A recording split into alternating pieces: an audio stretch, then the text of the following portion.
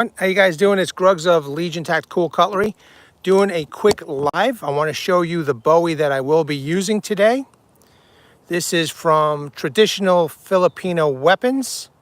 I'm going to give you some specs. I'm going to give you a rundown of the Bowie, and then I'm going to turn off the live video and shoot and see what $315 this Bowie cost me. And it's been sitting on top of my mantle for, I don't know, 3-4 years. I did purchase it a while ago. Hey, Jason, how you doing? So I want to use it. I want to see what this thing is capable of. Now, if you all go to the Traditional Filipino Weapons website and you look up this Bowie, the person who created this Bowie states that it's not made for fighting. Hey, Woman Outdoors, how you doing? Apparently this Bowie is not made for fighting, but it's made for outdoor use. Well, I'm going to put that to the test. So I will put that information in the description. Yeah, it is a beast, Woman Outdoors. But I'm going to use it today. So I just wanted to do a quick live, and I wanted everybody to see the Bowie that I'm going to be testing. I'm going to give you some specs. I am not sure what this wood is.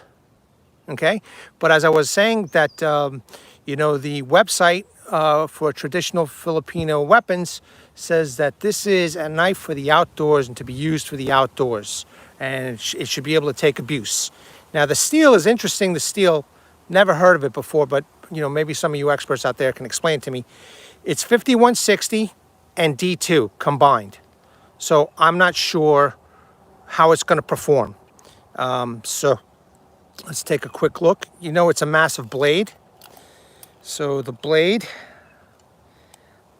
is a little over a foot, a little over 12 inches. Okay. The cutting edge, I'd say about 11 inches cutting edge. But as you could see, the thing is massive. It's huge. It's very well done.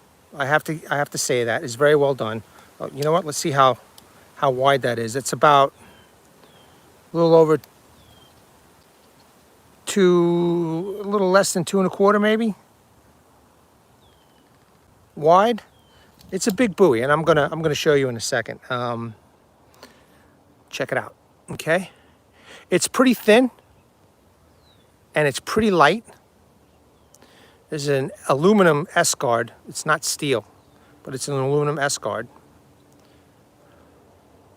And you could see TFW, Traditional Filipino Weapons. So this is the real deal. And apparently the Filipinos know how to make weapons. So the gentleman who owns this company decided to make a Bowie. And I love the blade shape. I love the blade shape. It's an amazing, massive, long clip point. It's not too thick, as you could see. And it does have a swedge up here, so I don't know what batoning is going to do, but I am going to do non-abusive batoning. So probably use this over here, this edge, the spine. Spine is rounded, I think. I'm going to try a ferro rod too. But we'll see. Let's see if this side is...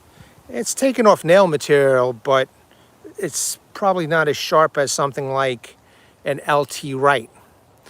But, you know, I was a little iffy on the handle, but I got to tell you something. The handle is extremely, extremely comfortable. Really nice. It is a peened construction. I don't know if the tang is full or if it's a stick tang. And then it's peened to this very large pommel at the end. And I'm wondering if I could actually bash something with it, you know? I personally think that this is a fighting knife, but the website swears that this knife wasn't made to be a fighter. So I'm going to abuse it, properly abuse it on wood, you know, no concrete, no steel, nothing like that. So we're going to give it a test. And I wanted to first come on live and show you guys. Then I'm going to shut the live off, and I'm going to go take some film. And I am excited. You know, I'm trying to find some nice thick branches because I want to do some serious chopping. I want to do some feather sticking. I want to do some batoning. Hey, Drac, how you doing, buddy? Drac just said nice Bowie, Grugs. Thanks, man. I appreciate it. But we're going to put it to the test today. It's been just sitting up on my my mantle, and I want to use it, you know, before I die. Sounds strange, I know, but still. This knife, it comes in at around 315 bucks. I cannot find it in stock anywhere, not even at the website. So I'm not sure what's going on in the Philippines or whatever, wherever these things are made. But Cult of Athena doesn't have it in stock, and nobody has it in stock. So it's a pretty sharp blade. I wouldn't say it's like razor sharp, but it is sharp. You know, and like I said, I'm going to put it to the test. I do have my field guide in case I need to sharpen it. I did do some stropping with it. So we'll see. We'll see, you know, and I'm going to try and get you guys as best footage as possible. And, you know, I want to thank everybody who showed up real quick. This will give you a taste of what's coming up. You know what? Actually, let's talk about the leather sheath. All right. I think for $315, the knife is pretty decent. Okay. The knife is, it looks like it's pretty high quality, even though I haven't used it yet. On the outside, this looks great. The sheath, however, it's okay. I noticed that their most recent sheaths are a little bit better, and I'll explain to you why. So let's take a look at the sheath first. I don't know what kind of, they say it's genuine leather, but I don't know what kind of leather because it's hard as a rock. So I had to use 100% shea butter to try and make the leather a little bit more supple. So that's what I did. I used it. So this is leather, okay? And they use the stitching all the way down, okay? This is kind of crappy, okay? For 315 bucks, I don't know if you could see this. This right here, this leather loop, it's adequate. It seems pretty strong, but it looks like shit. It looks like garbage, man. They have it flipped over here, and then it's riveted. You can see the rivets here and here, the rivets here and here, rivet, and then they have the rivets and I guess glues. See, you can see the glue's already coming off. But then they have some kind of liner on the inside so that the sheath wouldn't, I guess, rust the blade. But all in all, I'm not very happy with this sheath. I think, yeah, the stitching looks good, but I still think it's a cheapy ass sheath for 315 bucks. I think they could have done a better job. I mean, look at that loop. I mean, look at all the wavy. I mean, it works. It's functional. I'm going to put it on my hip when I take it into these woods over here. But this was harder than a rock. I mean, you couldn't even bend this. I had to put shea butter on here, which is supposedly makes leather supple and it's safe for the leather. But I think they could have done a way better sheath. Now, their newer ones, they're actually stitched all around. I noticed on their website, it's all stitched all around. Instead of having this loop, it has slits in here for the belt, and it looks like it's done a little bit better. But obviously I have a little bit older version. You know, maybe first generation blade looks good, but the sheath is mediocre at best. The angry Dracula. Yeah, Drac, you're right. I think so. But it's an adequate sheath.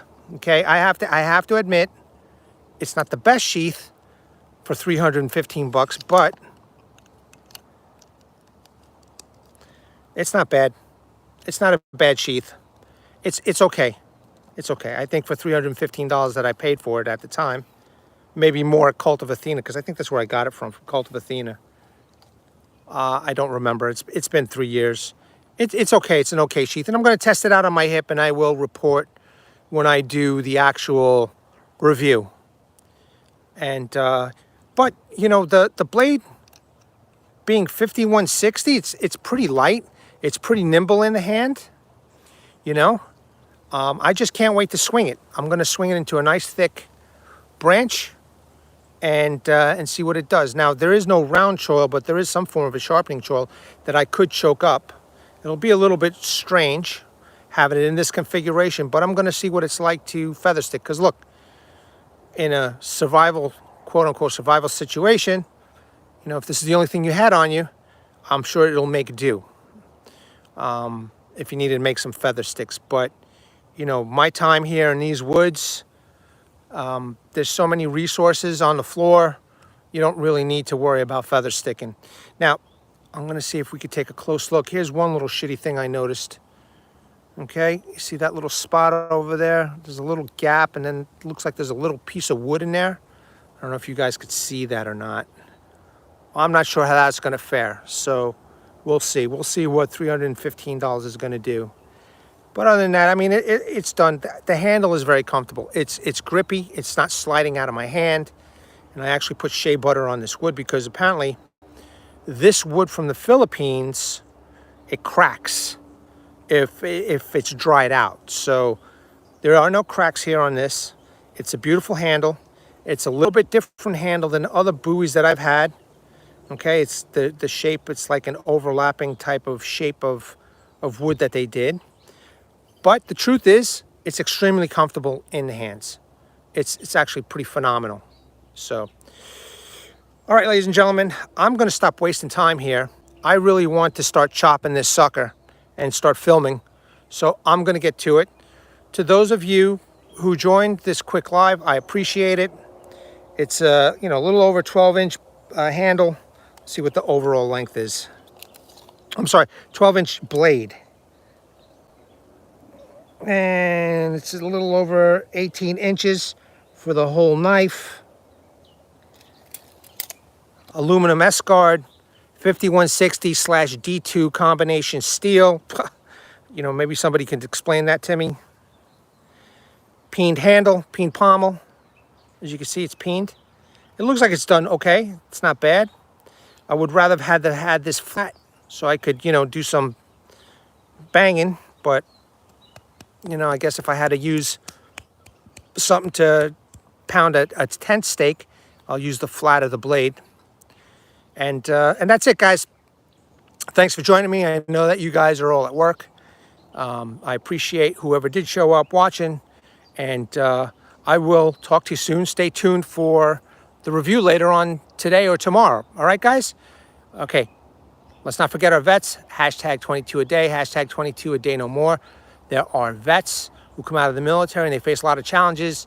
And some of those challenges, unfortunately, is suicide. I'm going to put a phone number and multiple links down in the description. And I'm also going to put a message from Martin Miller, okay, who is ex-Army veteran from Vietnam. He's been there, done that, and he has a message for you. So I'm going to put that information down in the descriptions and the links. And I want you guys to take a look at that, okay? All right, guys. You guys take care of yourselves. I'm going to get started on this. I don't want to waste any more time. I'm just like freaking excited to start chopping and cutting and battening and doing all that stuff. So hopefully I can meet your expectations with a video later today. I'll talk to you guys later, man. Take care. Bye.